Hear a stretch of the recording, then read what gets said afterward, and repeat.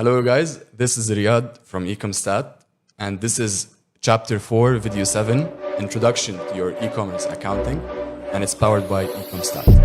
So I'm gonna share my screen now, and we're gonna be going through the Shopify integration process.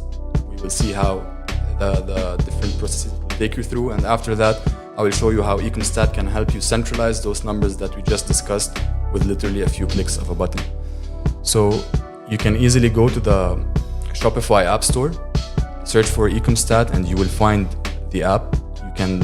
You need to have our Platinum plan, and you can simply install it, and it will guide you through the process. So I'm gonna hit install. It will redirect you to our platform. Alright, you just need to authorize the installation, and you will be guided through a 3 steps installation process. Very simple, just click start. If your store currency is different than your default currency on EcomStat, you just have to set a conversion rate. Let's keep it 1 for now. Next, it's getting all of your data on Shopify. This may take several minutes depending on your size, the size of your store, like how many customers you have, how many orders, how many products, etc. And then boom, just hit finish, it's done. You will now be redirected to EcomStat. You can see that the store was synced successfully. WOB store, you can see that it created all of the products here, all of the revenue, and you will be able to know that this is a Shopify store from the icon you see here. I'm gonna switch now to a different store where we've already added some test data, just to show you exactly everything you can see on EcomStat. So the dashboard is basically a quick summary on all of your stores, performance in general, how much expenses you've had, everything recent you've had, revenue on the past 12 months, etc. Stores, as I mentioned, we just saw that when you install a Shopify store, you will see it here. We also have something called offline store. If you don't have a Shopify store, you can still manually create your own store. Just choose the logo, store name, currency, etc. You'll be able to create products on it, add revenue as well. For Shopify, when you click on View Store, you can see the list of all of your customers, how much amount spent by each customer, and all the other details. If you go to products, you'll be able to see also a list of all products. So for the Shopify store, for example, if we filter here, you can see that we have all of these products automatically. They synced from Shopify. Every time now you create a new product on Shopify, it will be automatically created here. Every time you add a variant, same thing, it will be automatically added. To see the list of variants, for example, you can click on the product. You will see that this gift card product has 4 different variants. You can also see that it has 2 batches. So what is a batch? Batch is basically a shipment that you take from a supplier somewhere, China for example. So let's say we're getting a batch of 100 items from China. You can either add the total stock here as 100, or you can add it per variant. So let's say you get 50 from the $10 variant, you get 50 items here, and 50 from the $25 variant. Alright, so now you have total quantity for this batch of 100 divided by 50 for $10 variant and 50 for the $25 variant, and you create the batch. You can now see that we have 3 batches on this product. Cost per item for all of them is 0. I will show you in a bit how this cost per item is automatically calculated on each product, on each batch. So categories. This is basically how you decide to categorize your expenses. This is completely up to you. Shipping could be a category, ad spend could be a category, packaging, etc. Expenses. This is where you add your expenses. You can either there are 2 types of expenses basically. You can either have cost of goods sold or operational expenses. COGS, or cost of goods sold, it's an expense that you incur on the product level. It affects the price of the product. This could be shipping, this could be the supplier payment, this could be packaging. So let's say I want to add an expense now on the gift card product, which we just created the batch of, batch number 3, which is the one I just created. Here you can either choose this expense to be exactly on a variant. So let's say one of the variants costs you more for some reason. You can select the variant, or you can leave it empty. This will put the expense on the product in general and not the specific variant. Let's say this was shipping. Shipping. Description is shipping cost. it's, let's say, 100 euros, transaction date was Monday. You can also attach different invoices for each expense, and you can add it. So once it's added, you can see that it's under the category shipping costs. All right. If you go back to products now, you will see that for batch number 3, your cost per item has changed.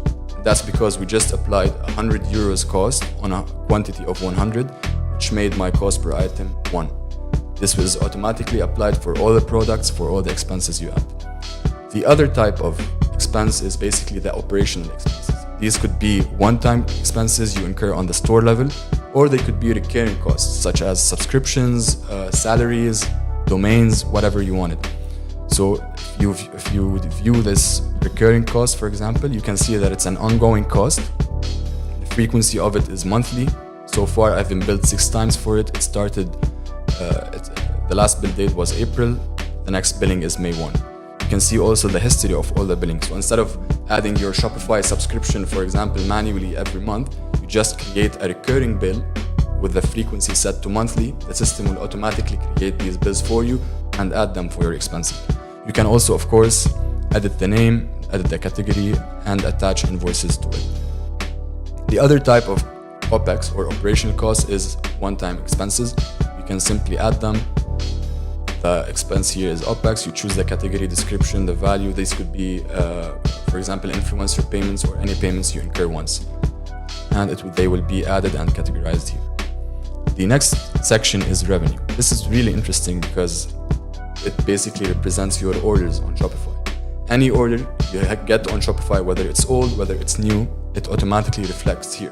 But you need to make sure that the status of it is paid. It could also be partially refunded or partially paid. But if an order is still open, it will not be reflected on our system. We only calculate the ones that affect your revenue. So once an order is paid, you can view the order here. You can view the list of line items, the customer name, its status. If you have any shipping on it, taxes, discounts, you can also click to view it on Shopify. Everything happens automatically. And of course, all of this reflects in analytics in real time. So if I choose the snowboard store, which is the Shopify store in this case, you will see a detailed analytics about total customers, all-time expenses, all-time revenue. This comes from Shopify as well, like it's the total of all of your orders, all-time orders, the P&L. You can see graphs about the expenses categorized by one-time versus recurring versus cost of goods sold for the past 12 months. You can see the categories that cost you the most. So for example, here, ad spend cost me the most. I can figure out a way to optimize my cost within ad spend. So this is very important also. We have a customers breakdown. So it shows you your total customers, your RCR rate, which is what we discussed earlier. It's basically how many customers or what's the rate of the customers who ordered from you more than once. You can see each customer, how much money they spent on your store, how many orders they've made. We also have a revenue breakdown. So it shows you all of your revenue each month, your best performing months or years, your profit and loss, your average monthly orders. It shows you a breakdown by each month, the sales you've done, the delivery, the discounts, the taxes, average MOM growth for each month. You can also filter by date. So let's say you want, for example, to choose last year only. So you apply the filter last year and then you apply. The numbers will automatically be reflected for the date range that you have selected. If you scroll down, this is very important. It's the products breakdown. It shows you a product level analytics. Each product, how much sales it's done for you, how many items you sold from this product, and the number of orders that came within it. You can even go a step further and select the product, and you will see a direct comparison between the costs and the revenue on each product. So for example, the gift cards product that we used in our example, you can see that the past month I had expenses of 100 on it and I got revenue of 102 on it. It puts the average cost per item, your average selling price. It automatically calculates your margin based on the cost per item and the selling price, how many variants you have, how many batches you got or shipments basically, how much margin it's made you, and the total revenue. And this is a breakdown for all the batches with all the variants. So this is a quick summary on the system, how it works, the benefits of what it gives you. We also have another video on our YouTube channel, a more detailed feature by feature specific video in case you have any questions or anything is not clear. There's also this support feature. We have a very active customer support team. You can just click on it, apply your question, and we will get back to you within 24 hours maximum. You can have free demos if you'd like, so feel free to send us anything on info@ecomstatapp.com or via the customer support pop-up that I just showed you. And that's it. Good luck.